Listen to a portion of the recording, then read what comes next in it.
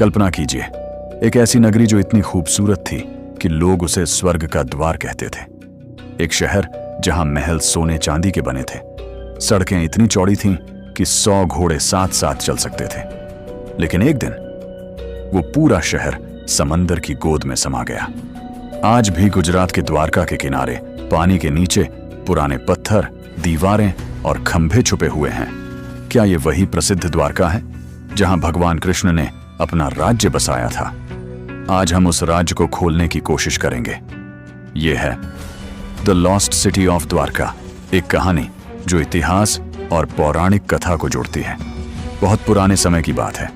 मथुरा में रहने वाले यादव वंश पर मगध के राजा जरासंध के बार बार हमले होने लगे थे। उनके लिए जिंदगी मुश्किल हो गई थी। तब भगवान कृष्ण ने एक नई जगह ढूंढी, अरब सागर के किनारे। उन्होंने समुद्र देव से प्रार्थना की। समुद्र ने उन्हें 12 योजन जमीन दी, यानी लगभग 99 वर्ग किलोमीटर।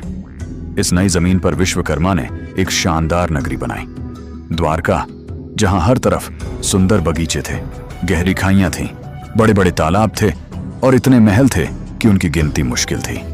महाभारत के अनुसार यह शहर इतना मजबूत था कि दुश्मन दूर से ही थर थर कांप जाते थे। यहां से कृष्ण ने पूरे यादव वंश का शासन किया। यहां से उन्होंने महाभारत के युद्ध में पांडवों की मदद की। लेकिन ये कहानी सिर्फ इतिहास की किताबों में नहीं रुकती। महाभारत के मौसल पर्व में लिखा है, कृष्ण के स्वर्गवास के तुरंत बाद एक बड़ी तूफान आया। समंदर ने गुस्से में आकर पूरी द्वारका को निगल लिया। अर्जुन ने अपनी आंखों से देखा था कि कैसे शहर की दीवारें पानी में डूब रही थीं। एक एक करके महल, सड़कें, मंदिर, सब कुछ समंदर की गहराइयों में चला गया। क्या यह सिर्फ एक कहानी थी या सच में कोई शहर पानी के नीचे छुपा है? 1980 के दशक में भारतीय वैज्ञानिकों ने इस राज्य को सुलझाने की कोशिश शुरू की। नेशनल इंस्टीट्यूट ऑफ ओशनोग्राफी के समुद्री पुरातत्वविदों ने डॉक्टर SR राव की अगुवाई में द्वारका के सामने अरब सागर में पानी के नीचे खोज शुरू की। उन्होंने पानी के अंदर 3 से 6 मीटर की गहराई में तराशे हुए पत्थर के बड़े बड़े ब्लॉक देखे। आयताकार पत्थर जो दीवारों और बस्तियों जैसे दिखते थे। कुछ जगह पर एल शेप के कट थे जहां पुराने समय में वेजेस लगाए जाते थे ताकि दीवारें मजबूत बन सकें। उन्होंने पत्थर के एंकर भी पाए, वो भारी एंकर जो पुराने जहाजों को रोकने के लिए इस्तेमाल होते थे। ये एंकर इंडो अरब व्यापार के जमाने के लगते थे। साथ ही मिट्टी के बर्तनों के टुकड़े मिले जो लस्टर्स, रेडवेयर कहलाते हैं। ये हड़प्पा काल के आसपास के समय के माने जाते हैं। डॉक्टर SR राव ने कहा था कि ये सारे पुरातात्विक सबूत एक शहर की ओर इशारा करते हैं जो लगभग 1600 ईसा पूर्व के आसपास का था। उन्होंने ये भी कहा कि ये महाभारत में वर्णित द्वारका से बहुत मिलता जुलता है। आगे चलकर बेट द्वारका द्वीप के पास भी खोज हुई। वहां भी पत्थर की संरचनाएं और पुरानी सामग्री मिली।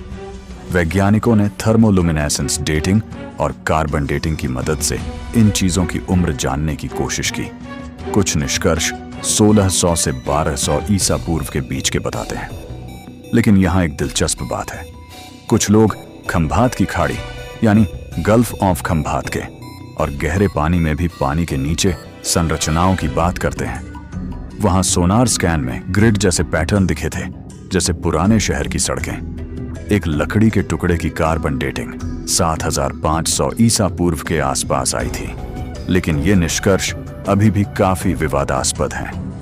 वैज्ञानिकों के बीच इस बारे में बहस चलती रहती है कि वो संरचनाएं असल में इंसानों द्वारा बनाई गई हैं या प्राकृतिक चट्टानें। फिर भी आधुनिक द्वारका के पास की पानी के नीचे की खोजें काफी मजबूत सबूत हैं। पत्थर की दीवारें, खंभे और बंदरगाह जैसी संरचनाएं दिखाती हैं कि यहाँ एक समृद्ध बंदरगाह था। ये शहर व्यापार के लिए मशहूर रहा होगा। अरब, अफ्रीका और दूसरे इलाकों से जहाज आते जाते होंगे।